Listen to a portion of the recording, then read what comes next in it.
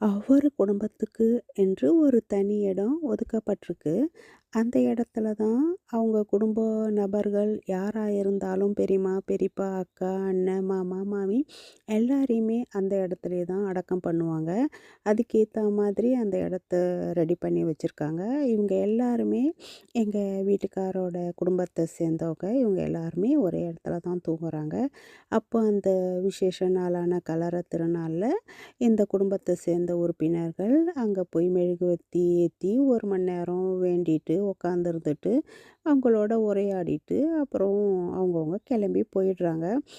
பார்க்கறதுக்கு நம்ம ஊர்ல இந்த கார்த்திகை தீபம் ஏத்தி வச்சிருப்போம் இல்லைங்களா?